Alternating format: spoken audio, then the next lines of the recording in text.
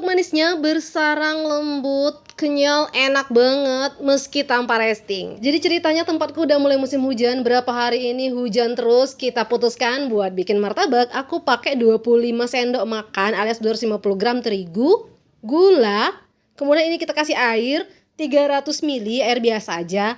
Nah ini kita aduk, campur sampai gulanya benar-benar larut. Oh iya, itu tadi aku tambahin sedikit garam supaya rasanya lebih gurih. Tapi kalau mau di skip juga nggak apa-apa. Lanjut aku mau tambahin vanili, pewarna makanan. Aku sengaja campurin warna hijau sama warna kuning supaya warnanya bagus. Kemudian 1 butir telur, aku pakai yang ukuran agak besar. Ini kita campur.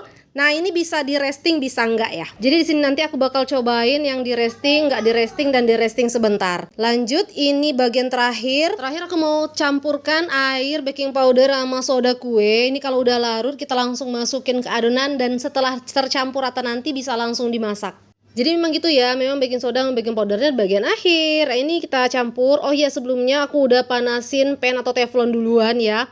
Terus di bagian bawahnya aku kasih plat kayak gini supaya panasnya itu benar-benar merata. Nah kalau udah benar-benar panas pan atau teflonnya, baru kita masukkan adonan. Kemudian aku goyang kayak gini supaya pinggirannya tuh kayak yang dijual mau martabak manis itu loh. Nah untuk urusan adonan, kan ada yang biasa masak itu adonannya didiamin dulu alias di resting. Ada yang nggak di resting alias langsung dimasak.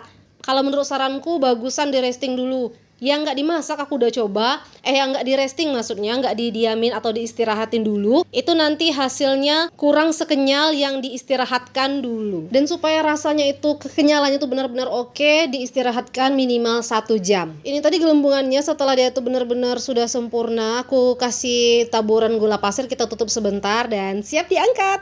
Kelihatan ya, ini tuh bersarang sempurna guys. Oh iya, nanti kalau misalnya masak jangan ketebelan ya. Kalau misalnya ketebelan di pannya itu bisa dibagi jadi berapa adonan. Soalnya kalau nggak dibagi nanti dia itu gampang bagian bawahnya itu gosong, sedangkan bagian atasnya itu belum berlubang sempurna, belum bersarang sempurna.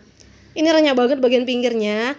Tinggal kita kasih margarin sesuka hati aja. Kalau misalnya takut sama lemak dari margarin, bisa dikasih dikit aja. Aku pernah cobain nggak pakai margarin, tetap enak loh. Cuman dia agak kering jadinya. Kalau yang aku bikin ini versi banyak margarinnya. Jadi yang sedang diet ini nggak usah diikutin ya guys. Oke udah, kita kasih margarin. Harusnya ini tadi dibelah dulu kayaknya ya. Jadi ini udah aku kasih margarin, baru aku belah, terus aku mau kasih toppingnya. Toppingnya ini nanti aku bakal pakai meses aja, karena anak-anakku ini suka meses. Oh ya, di tempatku ini ada orang yang jual martabak yang untuk ngadonnya itu mirip dengan Wix ya. Cuma dia bentuknya panjang, terus terbuat dari rotan. Nah, kata mamang-mamang yang bikin, kalau misalnya kita tuh ngadon adonan martabak pakai tangkai dari rotan itu rasanya jauh lebih enak, jauh lebih istimewa. Katanya gitu ya. Tapi aku belum pernah coba bikin karena nggak ada Wix dari tangkai rotan itu. Rasanya juga nggak aku bisa bandingin karena dia itu bukan martabak Bangka ya. Kalau ini yang aku bikin ini kan ala-ala martabak manis Bangka gitu. Yang dia ini katanya martabak Minang, dia tuh agak beda. Enak sih, cuma dia beda dengan martabak yang biasa kita temui. Lanjut kita mau iris-iris dulu. Oh iya, ini tadi aku kelupaan ngolesin margarin di atas martabaknya. Harusnya udah dilipat tadi bagian atas martabaknya, ini kita olesin margarin lagi ya. Aku kelupaan jadi kita susulin aja olesin margarinnya. Lanjut aku mau ngurusin topping untuk adonan yang kedua. Nah adonan yang kedua ini aku lupa goyangin teflonnya, jadi nggak ada bagian pinggirnya. Nggak apa-apa ya, rasanya sama aja, cuma tampilannya aja yang kurang cakep. Jadi yang masakan pertama itu tadi itu aku resting 30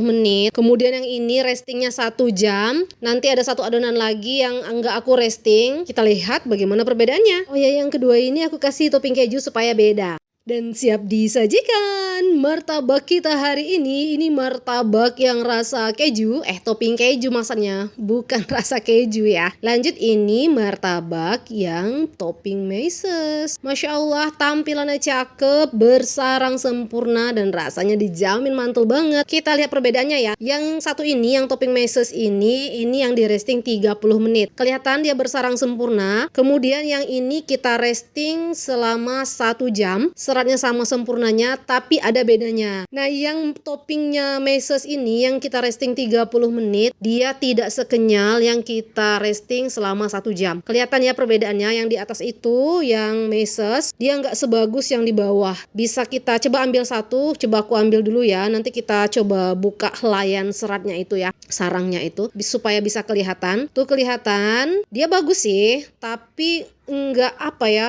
nggak mengarah ke kenyal gitu. Kelihatan betul kalau dia ini dimasak murni pakai terigu aja dan nggak di resting. Di resting 30 menit. Sedangkan yang kita resting 1 jam, ini hasilnya jauh lebih bagus. Dia itu agak mengarah ke kenyal, seolah-olah ada campuran tepung tapiokanya, padahal enggak ya. Tuh, ini rasanya mirip banget dengan yang dijual mamang-mamang martabak bulan. Maksudnya martabak manis. Aku recommended banget buat di resting. Nah, yang ini nggak di resting, hasilnya bagus. Dia bersarang sempurna, tapi dia nggak ada rasa kenyalnya, itu teksturnya itu nggak ada kenyal-kenyalnya gitu loh. Tapi kalau misalnya mau langsung dimakan, masak aja yang nggak pakai di resting ini. Sama-sama enak kok rasanya. Makasih banyak sudah mampir. Murah rezeki sehat selalu. Selamat mencoba di rumah.